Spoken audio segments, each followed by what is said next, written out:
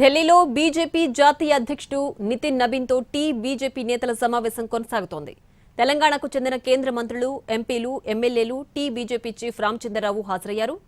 మొదట ఎంపీలతో, తర్వాత ఎమ్మెల్యేలతో పార్టీ జాతీయ అధ్యక్షుడు నితిన్ నబీన్ సమావేశమవుతున్నారు. రాష్ట్రంలో ప్రస్తుత రాజకీయ పరిస్థితులు, భవిష్యత్తు కార్యాచరణపై చర్చ జరుగుతోంది. హర్ ఘర్ తిరంగా యాత్రపైన చర్చిస్తున్నారు బీజేపీ నాయకులు.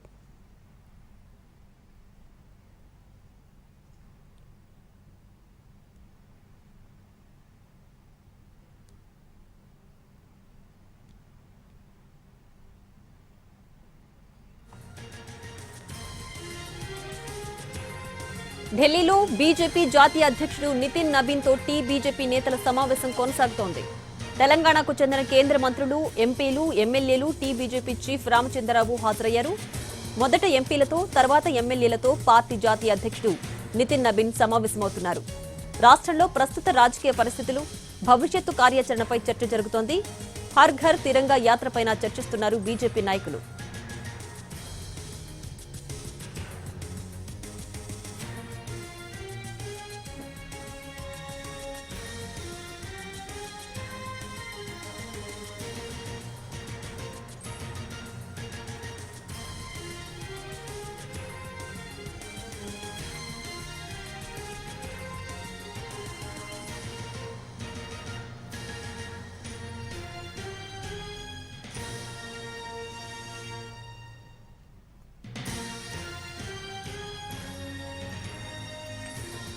ఢిల్లీలో బీజేపీ జాతీయ అధ్యక్షుడు నితిన్ నబీన్తో బీజేపీ నేతల సమావేశం కొనసాగుతోంది. తెలంగాణకు చెందిన కేంద్ర మంత్రులు, ఎంపీలు, ఎమ్మెల్యేలు బీజేపీ చీఫ్ రామచంద్రరావు హాజరయ్యారు. మొదట ఎంపీలతో, తర్వాత ఎమ్మెల్యేలతో పార్టీ జాతీయ అధ్యక్షుడు నితిన్ నబీన్ సమావేశమవుతున్నారు. మరింత సమాచారాన్ని మా ప్రతినిధి రాజు అందించడానికి సిద్ధంగా ఉన్నారు. Raju, over to you. Thank you Priya. Telangana రాష్ట్రానికి సంబంధించి బీజేపీ భవిష్యత్తు కార్యాచరణను సిద్ధం చేసేందుకు కీలకమైనటువంటి సమావేశం ప్రస్తుతం బీజేపీ హెడ్ క్వార్టర్స్ లో పార్టీ జాతీయ అధ్యక్షుడు నితిన్ నబీన్ అధ్యక్షతన జరుగుతుంది. ఈ సమావేశానికి బీజేపీ పార్టీకి సంబంధించినటువంటి మొత్తం 6 ఎంపీలు, 2 కేంద్ర మంత్రులు, ఒక రాజ్యసభ ఎంపీ కూడా హాజరయ్యారు.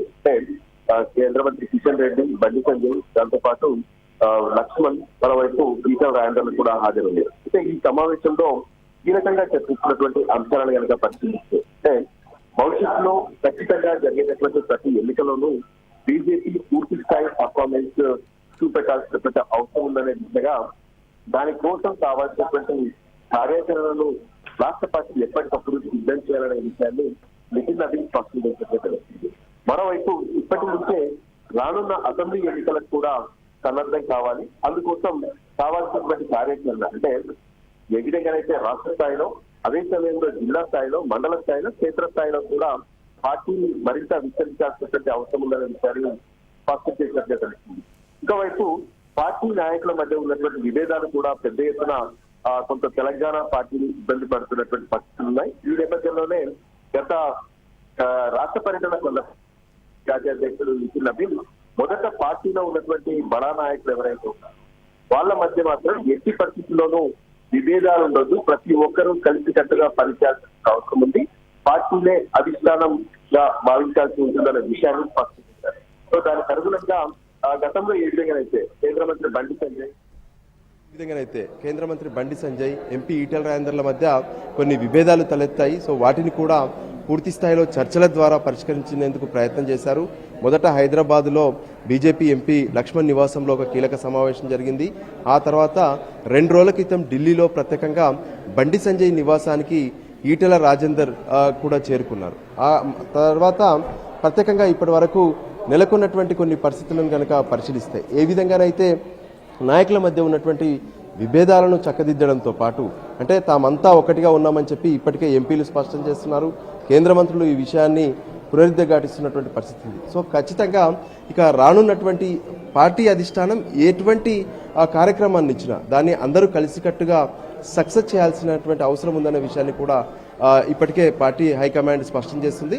అందులో భాగంగా ప్రస్తుతం జరుగుతున్నటువంటి సమావేశంలో రాష్ట్ర వ్యవహారాల ఇన్ఛార్జ్ అభయ్ పాటిల్, దాంతోపాటు రాష్ట్ర ఆర్గనైజింగ్ సెక్రటరీగా వ్యవహరిస్తున్నటువంటి చంద్రశేఖర్ తివారీ కూడా పాల్గొన్నారు. సో రాష్ట్రానికి సంబంధించి మరింత బలోపేతం చేయడంతో పాటు రానున్నటువంటి కాలంలో రానున్నటువంటి ఎన్నికలకు పూర్తి స్థాయిలో సన్నద్ధం కావాలి.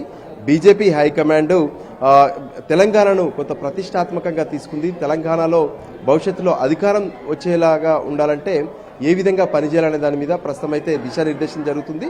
దాంతోపాటు ఆగస్టు 13వ తేదీన తెలంగాణలో హర్ ఘర్ తిరంగా యాత్రను నిర్వహించేందుకు కూడా కొంత పక్కా ప్రణాళికను సిద్ధం చేస్తున్నటువంటి పరిస్థితి